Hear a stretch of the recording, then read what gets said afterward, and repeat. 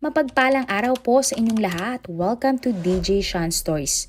Turn on your notification bell, like and subscribe para sa crime stories araw-araw.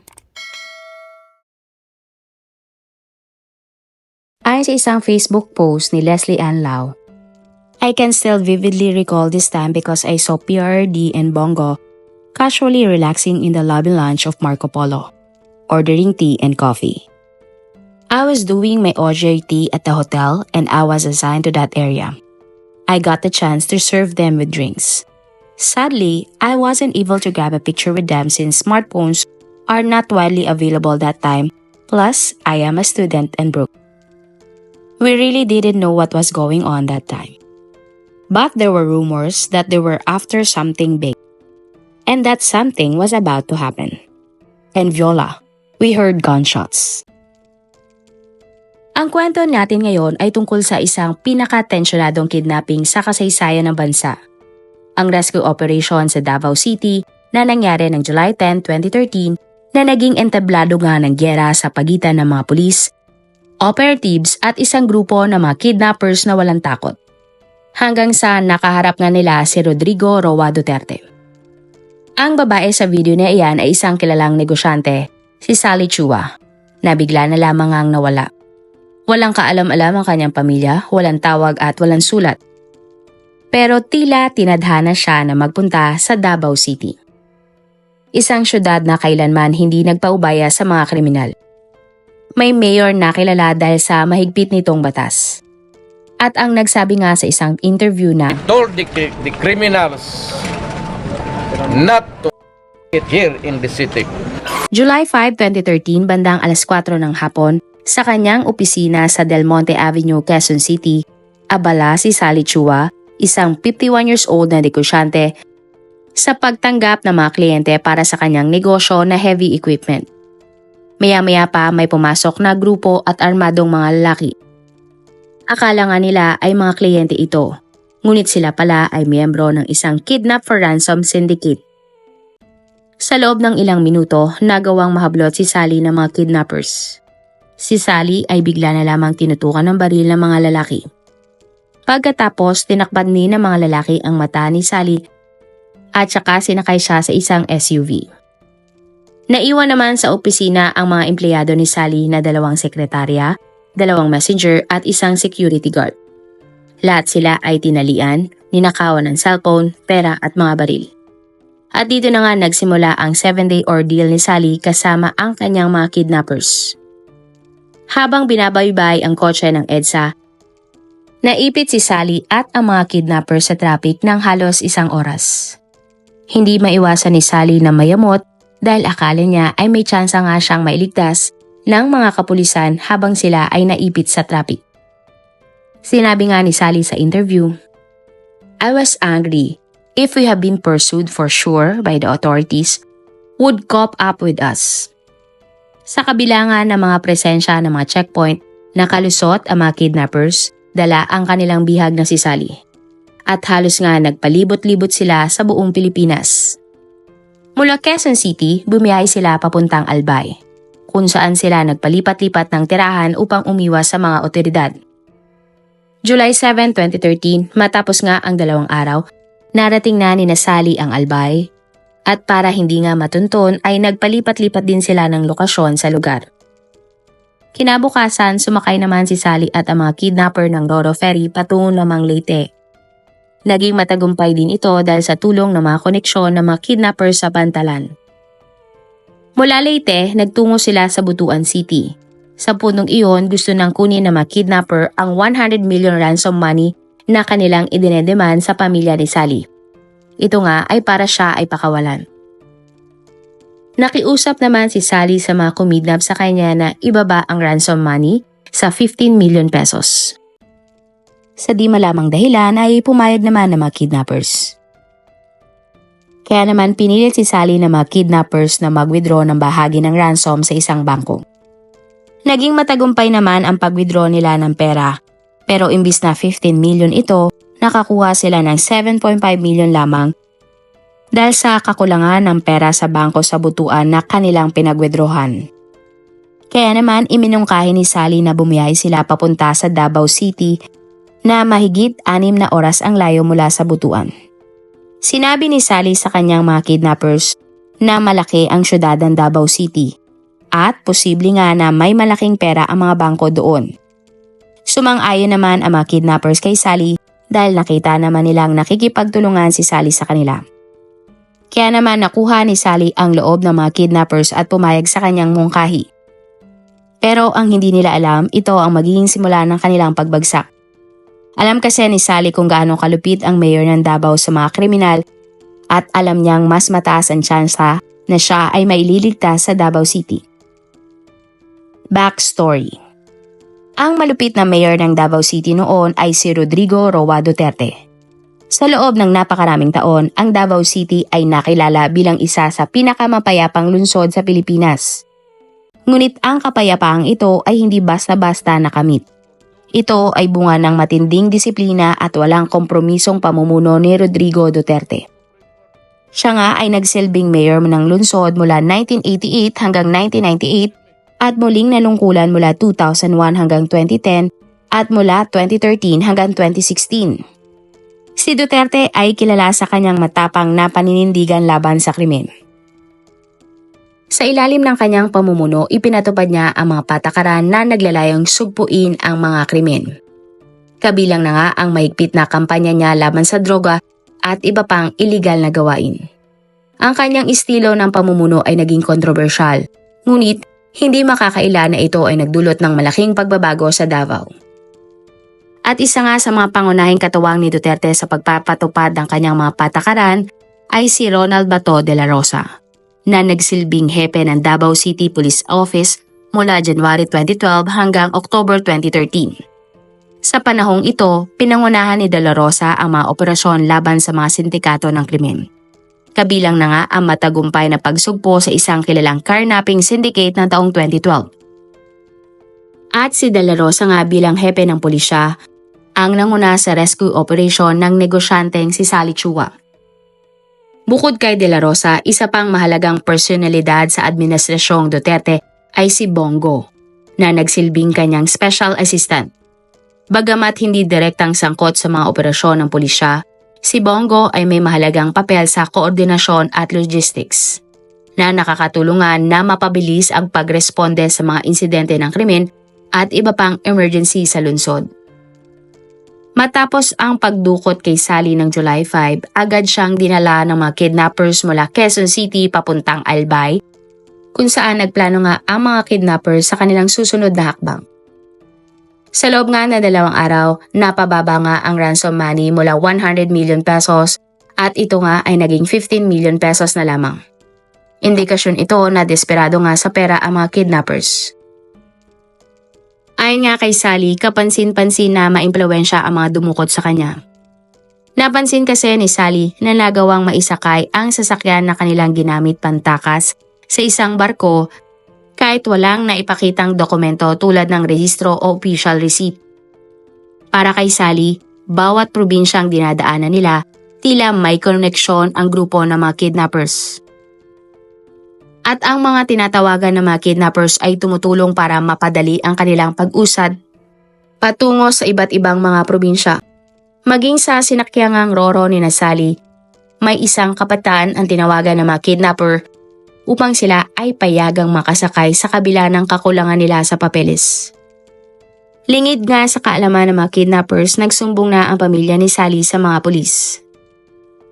Kaya naman nakialam na ang Philippine National Police Anti-Kidnapping Group at para sa kanila, isang malaking sindikato ang mga dumukot kay Sally. Dahil nga, kung may koneksyon ang grupo sa bawat lugar na kanilang nadadaanan, malinaw na isa itong organized crime group na may malawak na network sa iba't ibang rehiyon. Sa tulong nga ng Anti-Kidnapping Group at ng lokal na pulisya ng Davao City, nagsagawa ng masusing surveillance at back-channel communications ang mga otoridad. Ito nga ay upang matukoy ang eksaktong oras at lugar ng mangyayaring transaksyon sa bangko.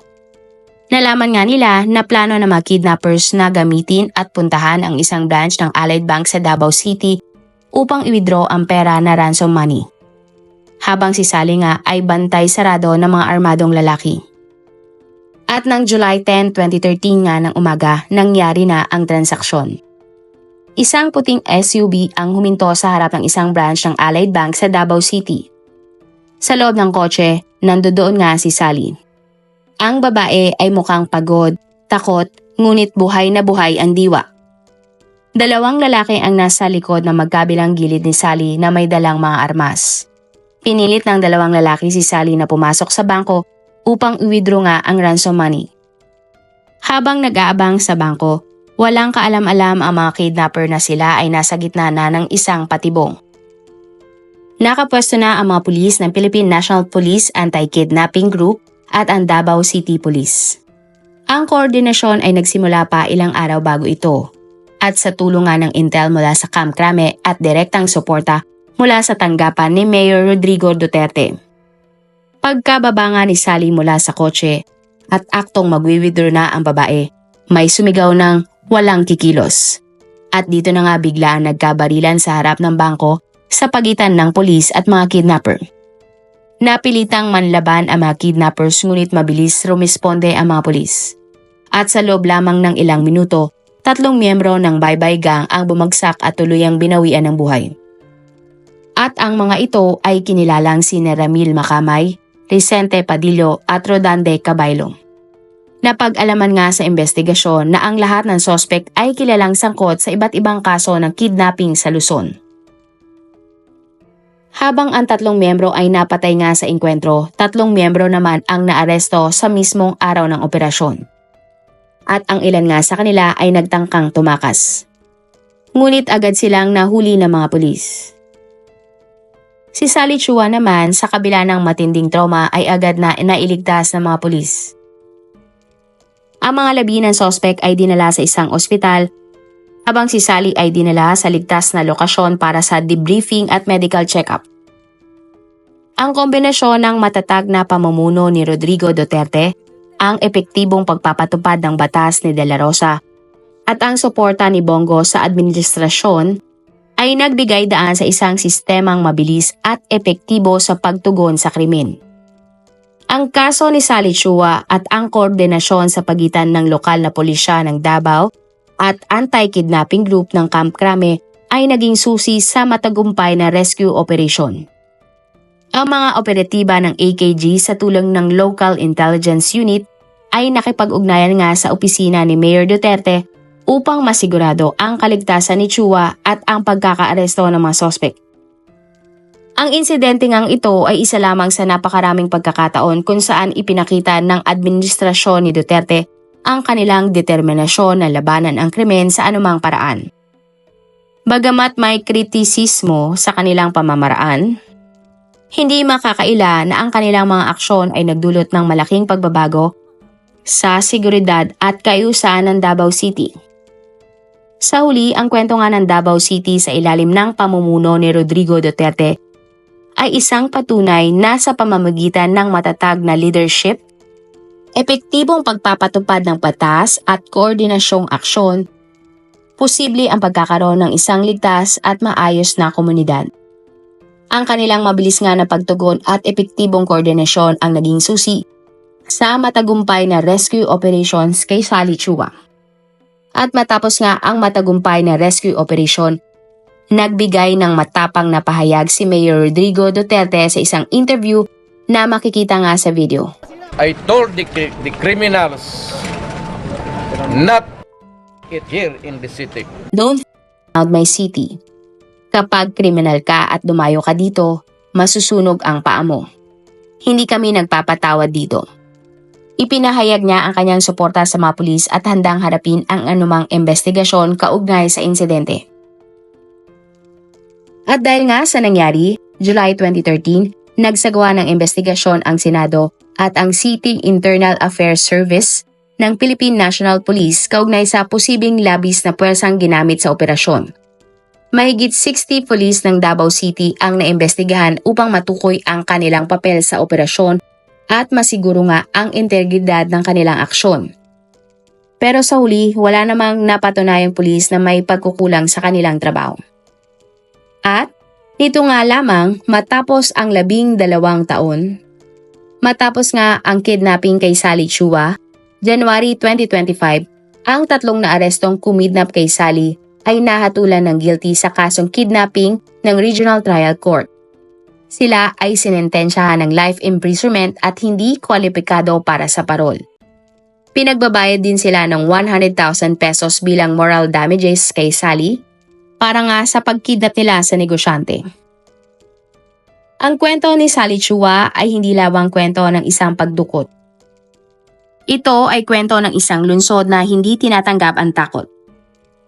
Lungsod na may lider na hindi nagdadalawang isip gumamit ng lakas para sa tama. Isang operasyon na nagturo sa mga kriminal na hindi kayo pwedeng magtagumpay sa Davao. At sa huli, ang hustisya gaano man katagal ay darating din. At ang pangalang Duterte de la Rosa at ang lungsod ng Davao ay muling nagpatunay ng kanilang paninindigan. Pero sa ganitong kaso, ang tanong nga ng karamihan, kaninong kaligtasan ang dapat unahin? Ang kaligtasan ng mga biktima o kaligtasan ng mga salarin? Ang mga kritiko ay nangangatuwiran na ang diskarteng ginawa ni Duterte ay hindi makatarungan. Pero ang mas malaking tanong nga ay ito. Kung dinala kaya si Sally Chua sa ibang lungsod, makakaligtas kaya siya? Makakakilos kaya ang ibang mayor o puwersa ng pulis sa parehong bilis at pagpapasya na ginawa sa Davao? Ang nakakalungkot na katotohanan ay nasa marami pa ang ibang bahagi ng bansa. Ang mga sindikato ng krimen ay kumikilos ng hindi napaparusahan. Ang iba ay pinoprotektahan umano ng mga tiwalang opisyal at hindi mahusay na pagpapatupad ng batas. Maraming ang naging biktima ng kidnapping ang hindi nabibigyan ng pangalawang pagkakataon. At maraming pamilya ang naiwang nagdadalamhati sa kanilang pagkawala. Pero dahil mismo sa matibay na paninindigan ni Duterte ay nabuhay si Sally Chua para sabihin nga ang kanyang kwento. Isang bagay na hindi magagantiryahan kung sa ibang lugar siya nagpunta. Sa huli, lagi nga sinasabi ni Rodrigo Duterte na ayaw niya sa mga kriminal sa kanilang lugar. Kaya naman ang Davao ay naging isa sa pinakaligtas na lungsod sa Pilipinas. Isang lugar kung saan ang mga kriminal ay natatakot na tumapak. Marami pong salamat sa inyong panonood. Meron ba kayong mga kwento na gusto nyong i-share sa ating mga manonood? O kung may personal po kayong kwento na gusto nyong i-feature sa ating channel, i-comment down below nyo lang ang inyong mga suggestions. Para naman po sa dagdag kalaman, i-subscribe nyo din po at i-follow ang ating iba pang YouTube channel katulad ng Tagalog Facts and Mysteries by DJ Sean at Manila Boy Wonder Philippines. Marami pong salamat sa pagsuporta nyo sa aming mga channel. God bless everyone!